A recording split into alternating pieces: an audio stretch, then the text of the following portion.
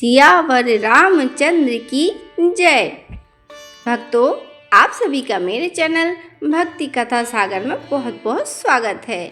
आज हम रामायण कथा श्रृंखला में राम राज्य की पावन कथा सुनाएंगे, जिसमें राम जी के सानिध्य में उनकी प्रजा कितनी प्रसन्न रहती है, इसका वर्णन किया गया है।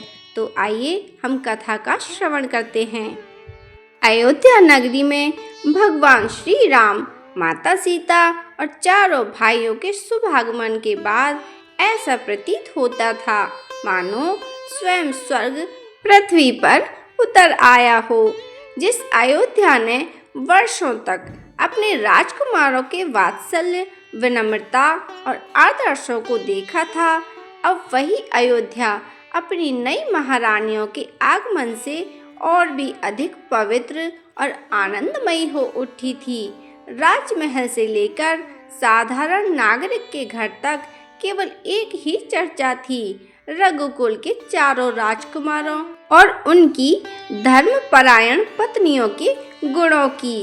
प्रातःकाल की बेला में जब सूर्य अपनी स्वर्णिम किरणों से सरयू के जल को आलोकित करता, तब भगवान श्री राम स्नान कर गुरु वशिष्ठ के आश्रम पहुँचते। वहाँ वे अत्यंत विनम्रता से अपने गुरु के चरण स्पर्श करते और धर्म, नीति तथा राजधर्म का उपदेश ग्रहण करते।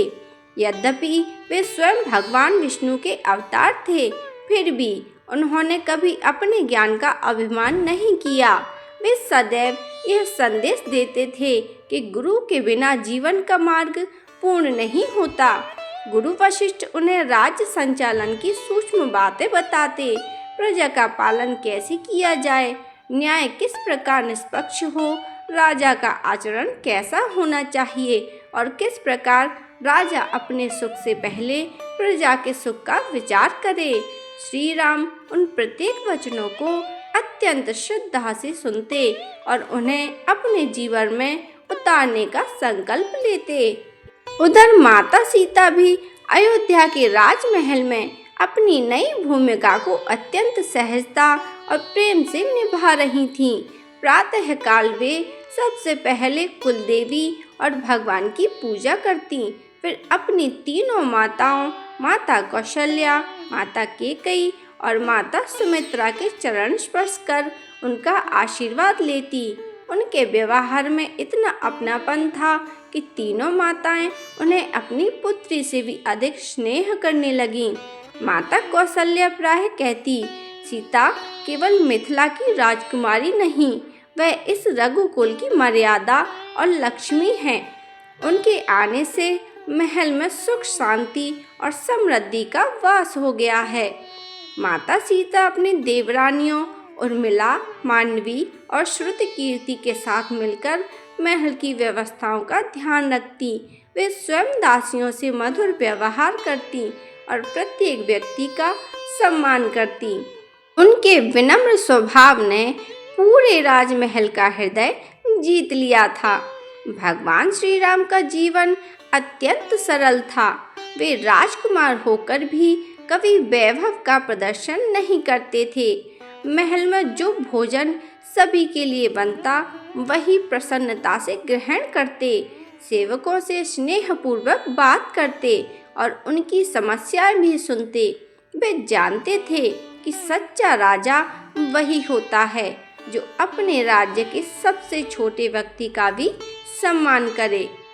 एक दिन की बात है, श्री राम गुरु वशिष्ठ से शिक्षा प्राप्त कर लौट रहे थे। मार्ग में उन्होंने देखा कि एक वृद्ध किसान अपने बैलों के साथ खेत की ओर जा रहा है।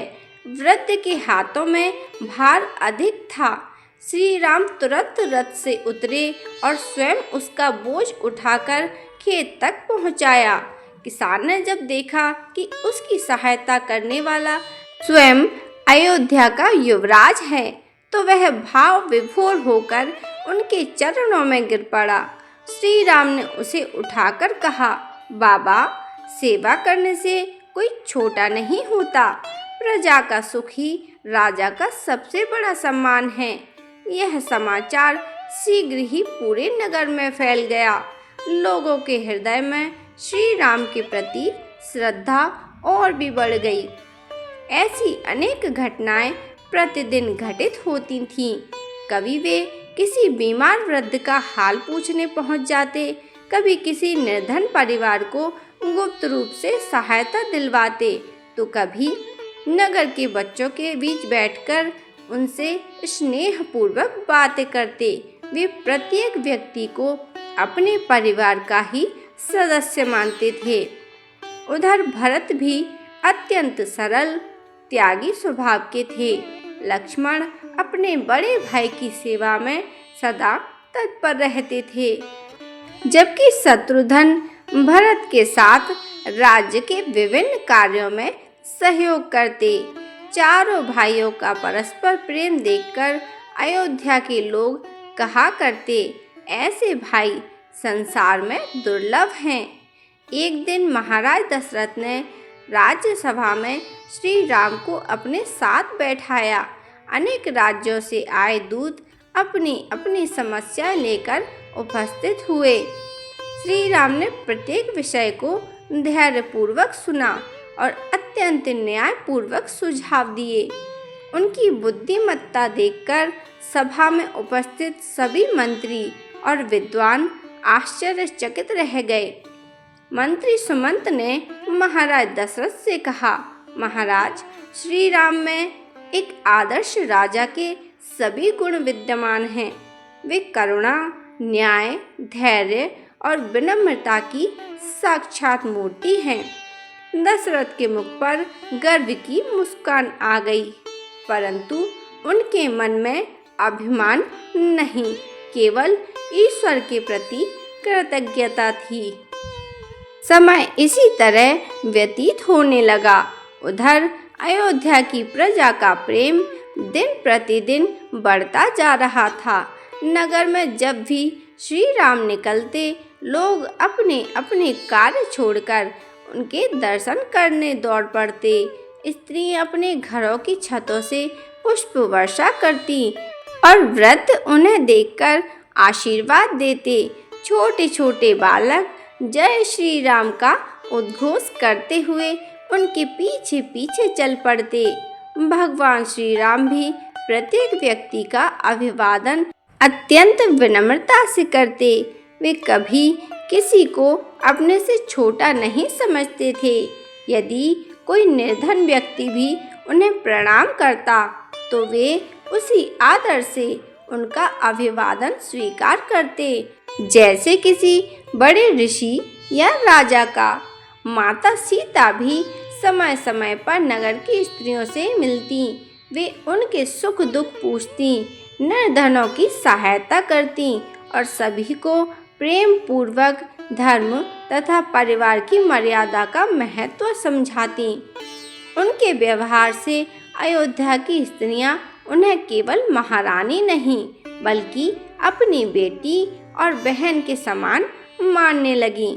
धीरे धीरे अयोध्या का प्रत्येक नागरिक यह अनुभव करने लगा कि रघुकुल का भविष्य अत्यंत उज्जवल है। उन्हें विश्वास हो गया कि जिस दिन श्री राम अयोध्या के सिंहासन पर बैठेंगे, उस दिन धर्म, न्याय और करुणा का ऐसा युगल प्रारंभ होगा जिसका स्मरण युगों युगों तक किया जाएगा। संध्या के समय जब श्री राम सरयू तट पर संध्या वंदन के लिए जाते, तब अनेक ऋषि, ब्राह्मण और सामान्य नागरिक भी वहां एकत्र हो जाते। प्रभु का शांत मुख, उनकी मधुर वाणी और सभी के प्रति समान व्यवहार देखकर प्रत्येक व्यक्ति का मन भक्ति से भर उठता। कोई उन्हें आदर्श पुत्र कहता, कोई आदर्श भाई, कोई आदर्श पति और कोई भविष्य का आदर्श राजा। उधर महाराज दशरथ अपने महल की अटारी से यह सब देखकर मन ही मन प्रसन्न होते। वे सोचते, जिस पुत्र को पाने के लिए मैंने वर्षों तक तप और यज्ञ किए थे, आज वही मेरे कुल की मर्यादा को और भी ऊंचा उठा रहा है। उन्हें यह अनुभव होने लगा कि अब अयोध्या पूर्णतः सुरक्षित हाथों में है। श्री राम का चरित्र, उनका त्याग, उनका धैर्य और प्रजा के प्रति उनका प्रेम यह सिद्ध कर रहा था कि वे केवल रघुकुल के राजकुमार नहीं बल्कि समस्त मानवता के लिए आदर्श बनने वाले हैं। अयोध्या में समय अत्यंत सुख और शांति के साथ व्यतीत हो रहा था। प्रातःकाल सरयू के निर्मल जल पर उगते सूर्य की स्वर्णिम किरणें जब नगर को आलोकित करती तब ऐसा प्रतीत होता मानो स्वयं भगवान सूर्यदेव रघुकुल की इस पावन नगरी को आशीर्वाद देने उतर आए हों। राजमहल में वेद मंत्रों की मधुर ध्वनि गूंजती, मंदिरों में घंटी बजती और पूरा नगर भगवान श्री राम के नाम से पुलकित हो उठता। भगवान श्री राम का जीवन पहले की भांति अत्यंत सरल, अनुशासित और मर्यादामय था। राजमहल के वैभव ने उनके स्वभाव में कभी परिवर्तन नहीं किया। वे प्रतिदिन गुरु वशिष्ठ के चरणों में उपस्थित होते, माता पिता का आशीर्वाद लेते, उसके बाद राजसभा में जाकर महाराज दशरथ के साथ राज्य के कार्यों में सहयोग करते। किसी विवाद का निर्णय करना हो, किसी निर्धन की सहायता करनी हो या किसी दूरस्थ प्रदेश में आए दूत का स्वागत करना हो, श्री राम प्रत्येक कार्य को समान निष्ठा और धैर्य से करते। धीरे धीरे अयोध्या की प्रजा के मन में एक ही भावना दृढ़ होती जा रही थी, यदि भविष्य में कोई इस महान राज्य का भार संभाल सकता है तो वह केवल श्री राम है।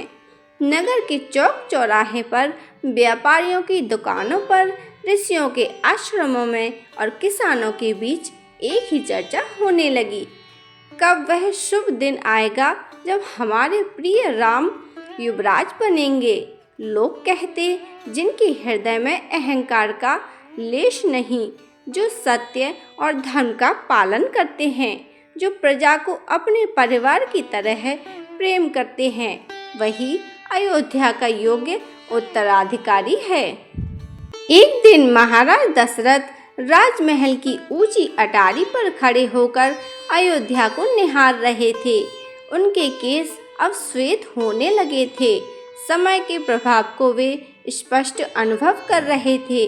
उन्होंने अपने जीवन की अनेक स्मृतियों को याद किया। पुत्रेष्टि यज्ञ, चारों पुत्रों का जन्म, उनका बाल्यकाल, शिक्षा, विश्वामित्र के साथ वन आगमन, सीता स्वयंवर और अब चारों पुत्रों का सुखी गृहस्थ जीवन। उनके हृदय में एक विचार बार बार उठने लगा, अब समय आ गया है कि मैं राज्य का भार श्री राम को सौंप दूं। उन्होंने उसी समय गुरु वशिष्ठ को राजमहल में आमंत्रित किया। गुरु के आगमन पर दशरथ ने विनम्रता पूर्वक उनके चरण स्पर्श किए और बोले, गुरुदेव, मेरा शरीर अब पहले जैसा समर्थ नहीं रहा। मैं चाहता हूँ कि अपने जीवन काल में ही श्री राम का राज्य अभिषेक कर उन्हें अयोध्या का युवराज घोषित कर दूं। आपकी क्या आज्ञा है? महर्षि वशिष्ठ के मुख पर संतोष की मुस्कान फैल गई। उन्होंने कहा, राजन, आपने वही विचार किया है जो धर्म और समय की दृष्टि से सर्वश्रेष्ठ है। श्री राम में एक आदर्श राजा के सभी गुण हैं। उनके राज्य में प्रजा सुखी होगी, धर्म की स्थापना होगी और अयोध्या की कीर्ति समस्त पृथ्वी पर फैलेगी। गुरु के इन वचनों से महाराज दशरथ का मन प्रसन्न हो उठा। उन्होंने तुरंत अपने विश्वस्त मंत्री सुमंत को बुलाया और राजसभा की तैयारी करने का आदेश दिया। अगले दिन विशाल राजसभा का आयोजन हुआ। राज्य के मंत्री, सेनापति, विद्वान ब्राह्मण, ऋषि मुनि तथा विभिन्न प्रांतों के प्रतिनिधि उपस्थित हुए। सभा में महाराज दशरथ ने अत्यंत गंभीर स्वर में कहा, मैं अब आयु के अंतिम चरण में हूँ। मेरी इच्छा है कि मैं अपने ज्येष्ठ पुत्र श्री राम का युवराज के रूप में राज्य अभिषेक कर दूं। कुछ क्षणों के लिए सभा में मौन छा गया। फिर देखते ही देखते पूरा सभागार राम राम के स्वर से गूंज उठा। सभी मंत्री, ऋषि और विद्वान एक स्वर में बोले, महाराज, इससे उत्तम निर्णय और कोई नहीं हो सकता। श्री राम ही अयोध्या के योग्य उत्तराधिकारी हैं। मंत्री सुमंत ने भावुक होकर कहा, महाराज, अयोध्या की प्रजा वर्षों से इसी शुभ समाचार की प्रतीक्षा कर रही है। राजा दशरथ ने प्रसन्न होकर आदेश दिया कि राज्य अभिषेक की तैयारियां प्रारंभ कर दी जाएं।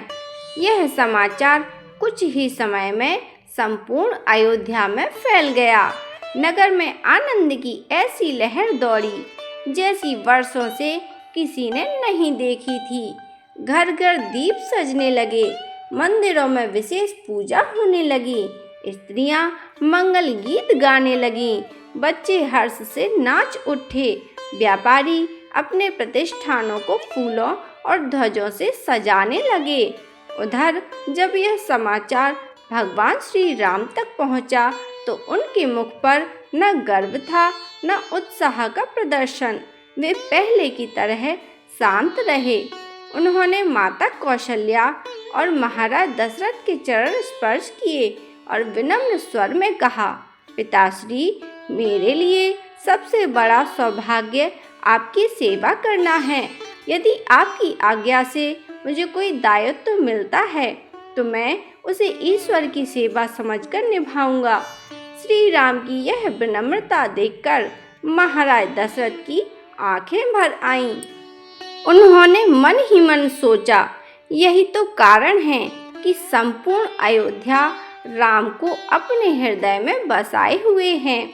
माता सीता ने भी यह समाचार सुना। उन्होंने प्रसन्न होकर भगवान का स्मरण किया और कहा, स्वामी, राजा बनना केवल अधिकार नहीं, सबसे बड़ा धर्म है। मुझे पूर्ण विश्वास है कि आपके राज्य में कोई भी दुखी नहीं रहेगा। श्री राम मुस्कुराए और बोले, जनक नंदिनी, राजा का सुख तभी सार्थक है जब उसकी प्रजा सुखी हो। उसी समय देवताओं के लोक में भी यह समाचार पहुंचा। सभी देवता प्रसन्न हुए, किंतु देवताओं के गुरु बृहस्पति और देवराज इंद्र जानते थे कि भगवान श्री राम का पृथ्वी पर अवतार केवल राज्य करने के लिए नहीं, बल्कि रावण के अत्याचारों का अंत करने के लिए हुआ है। समय का चक्र धीरे धीरे ऐसे मोड़ की ओर बढ़ रहा था जहां अयोध्या का यह उत्सव शीघ्र ही एक महान परीक्षा में बदलने वाला था। किंतु उस समय अयोध्या की प्रजा इन आने वाली घटनाओं से पूर्णतः अनजान थी। उनके लिए तो बस एक ही आनंद था, उनके प्रिय श्री राम का राज्याभिषेक होने वाला है। संध्या के समय संपूर्ण अयोध्या दीपों की रोशनी से जगमगा उठी। सरयू के तट पर हजारों दीप प्रवाहित किए गए। मंदिरों में भजन और कीर्तन होने लगे। नगर का प्रत्येक व्यक्ति भगवान श्री राम के उज्जवल भविष्य के लिए प्रार्थनाएं करने लगा। किंतु उसी समय राजमहल के एक शांत कोने में भाग्य एक नई कथा की भूमिका लिख रहा था। जहां एक दासी मंथरा के मन में ईर्ष्या का बीज अंकुरित होने वाला था, वही बीज आगे चलकर अयोध्या के इतिहास को बदल देगा। भक्तों, आज की कथा यहीं समाप्त होती है। अगर आपको मेरी वीडियो अच्छी लगी हो तो मेरी वीडियो को लाइक करें, शेयर करें और ऐसी दिव्य पौराणिक कथाओं के लिए मेरे चैनल को सब्सक्राइब करें और बेल आइकन को प्रेस करके रखें, जिससे जब भी वीडियो अपलोड हो तो आप तक नोटिफिकेशन सबसे पहले पहुंच सके। मेरी वीडियो को देखने के लिए आप सभी भक्त प्रेमियों का बहुत बहुत धन्यवाद।